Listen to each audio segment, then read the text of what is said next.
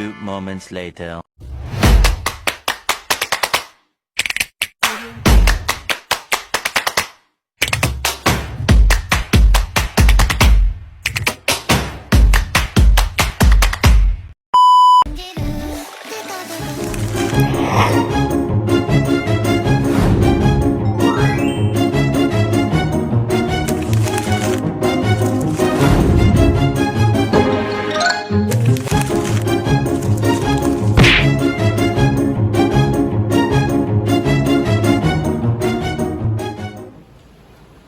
Assalamualaikum warahmatullahi wabarakatuh. Salam sejahtera bagi kita semua. Izin kepada Pak Excel selaku dosen pembimbing mata kuliah Hukum Tata Negara. Di sini kami selaku mahasiswa ingin membuat video bertujuan untuk memenuhi penugasan ujian semester akhir Hukum Tata Negara. Sebelum masuk ke pembahasan, izinkan kami terlebih dahulu untuk memperkenalkan diri. Sebelumnya, saya Aulia Sushamita dengan NPM 2451161. Lalu dilanjut dengan rekan saya. Saya Santi Nurbetani Kesaulia dengan NPM 2451145.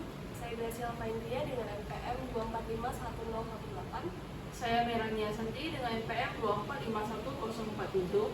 Saya Nur Amina dengan NPM 2451041. Saya Calvin dengan NPM 2451090. Di sini kami akan membahas tentang putusan MK PUU 22 tahun 2017 yang akan dibahas oleh Merani. Baik, terima kasih Aulia.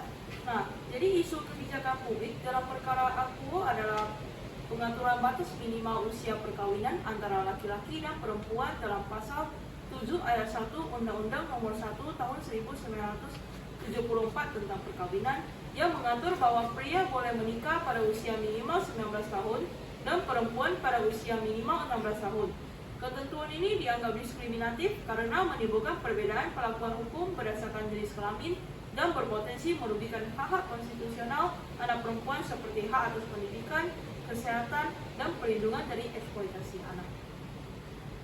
Lalu dilanjut oleh saya, pada putusan ini seharusnya MKR membatalkan frasa umur 16 tahun dalam pasal 7 ayat 1 Undang-Undang Perkawinan karena melanggar pasal 27 ayat 1 Undang-Undang Dasar 1945 tentang persamaan di depan hukum pada pasal 28B ayat 2 tentang perlindungan hak anak.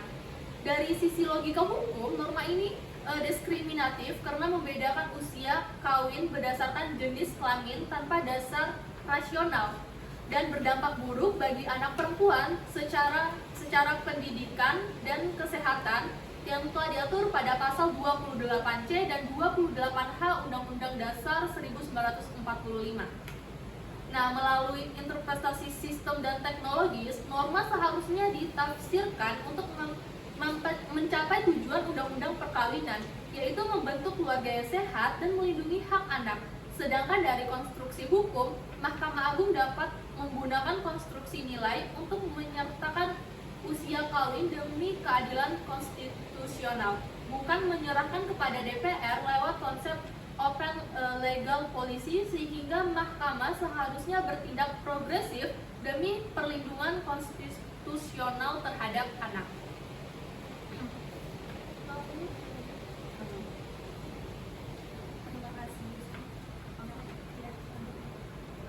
Lalu berdasarkan logika hukum dan metode interpretasi sistematis, gramatikal, dan teleologis, pasal 7 ayat 1 Undang-Undang Perkawinan ini bertentangan dengan prinsip-prinsip kesetaraan di hadapan hukum sebagaimana diatur dalam pasal 27 ayat 1 Undang-Undang 1945. Ketentuan tersebut juga bertentangan dengan hak-hak yang dilindungi dalam Undang-Undang 1945 dan Konvensi Hak Anak. Melalui metode konstruksi hukum perbandingan di banyak negara lain, batas usia perkawinan sudah disamakan antara laki-laki dan perempuan pada usia 18 tahun.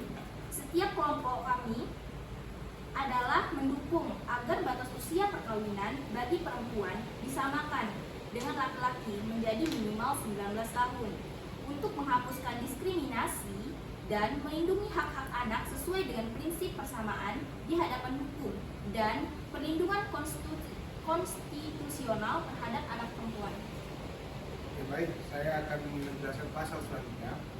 Selain itu, pasal 24C ini juga mempertegaskan peran Mahkamah Konstitusi sebagai penjaga konstitusi atau the guardian of the constitution dan perlindungan hak konstitusional warga negara dengan menyamakan batas usia minimal perkawinan bagi laki-laki dan perempuan, jadi disamakan. Mahkamah tidak hanya menegakkan prinsip non-diskriminasi, tetapi juga memberikan perlindungan terhadap hak anak, hak atas pendidikan, serta hak untuk berkembang secara fisik dan mental sebelum memasuki jenjang perkawinan. Selain itu juga, melalui putusan ini, Mahkamah Konstitusi turut mendorong perubahan sosial dan hukum yang berpihak pada keadilan gender serta pemenuhan hak asasi manusia. Peran ini menjadi sangat-sangat penting dalam sistem ketatanegaraan Indonesia karena memperlihatkan bahwa pengujian undang-undang terhadap undang-undang dasar bukan hanya sekedar prosedur hukum, tetapi juga menjadi alat untuk menciptakan tatanan hukum yang lebih adil, setara, dan manusiawi. Dengan demikian, pasal 24C ayat 1 ini tidak hanya menjadi dasar kewenangan formal MK, tapi juga menjadi fondasi bagi hadirnya keadaan dan keadilan substansi dalam masyarakat. Sekian, terima kasih.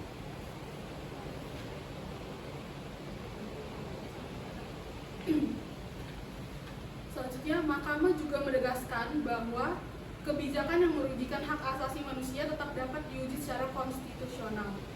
Para pemohon diakui memiliki legal standing karena mengalami kerugian konstitusional langsung akibat ketentuan tersebut. Kami mendukung penuh putusan ini sebagai langkah untuk melindungi hak anak perempuan dan mendorong revisi ketentuan usia perkawinan yang lebih sesuai dengan prinsip keadilan, kesetaraan, dan perlindungan hak asasi manusia.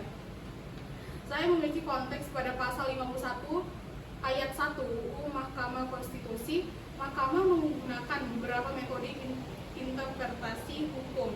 Interpretasi hukum gramatikal menafsirkan teks pasal untuk memastikan permohonan memenuhi secara syarat legal standing berdasarkan kerugian konstitusional. Selanjutnya, alasan mengapa kami setuju dengan putusan Mahkamah Konstitusi ini adalah berangkat dari fakta bahwa ketentuan dari pasal 7 ayat 1 Undang-Undang Perkawinan ini di mana batas usia perkawinan antara laki-laki yaitu 19 tahun dan perempuan 16 tahun. Secara logika hukum, norma ini tidak memenuhi asas rasionalitas dan konsistensi hukum karena tidak ada dasar objektif kenapa diberikannya perlakuan yang berbeda berdasarkan jenis kelamin. Di sini dalam hal ini ketentuannya yaitu perbedaan batas usia perkawinan. Jadi metode interpretasi gramatikal juga menunjukkan bahwa adanya perbedaan eksplisit dalam teks norma. Dari teks tersebut nampak jelas bahwa wanita dan pria diperlakukan secara berbeda secara hukum dalam hal usia minimal untuk menikah. Hal ini menunjukkan adanya diskriminasi secara eksplisit atau terang-terangan karena perbedaan tersebut tertulis langsung dalam norma hukum dan tidak berdasar pada pertimbangan rasional atau objektif yang sah secara konstitusional. Jadi,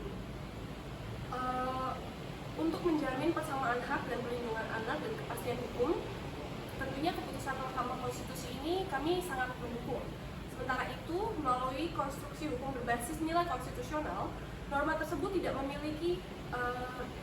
mencerminkan prinsip keadilan substansif dan perlindungan hak konstitusional anak perempuan yang dalam praktiknya lebih rentan terhadap pernikahan usia dini. Maka, berdasarkan fakta yuridis tersebut, Mahkamah Konstitusi memiliki dasar yang sangat kuat untuk menyatakan norma tersebut inkonstitusional. Terima kasih. Baik, sekian hasil materi yang telah kami paparkan terkait tentang putusan MK PLU 22 2017. Sekian pembahasan yang dapat kami sampaikan. Lebih dan kurangnya mohon maaf. Sekian dan terima kasih. Terima kasih.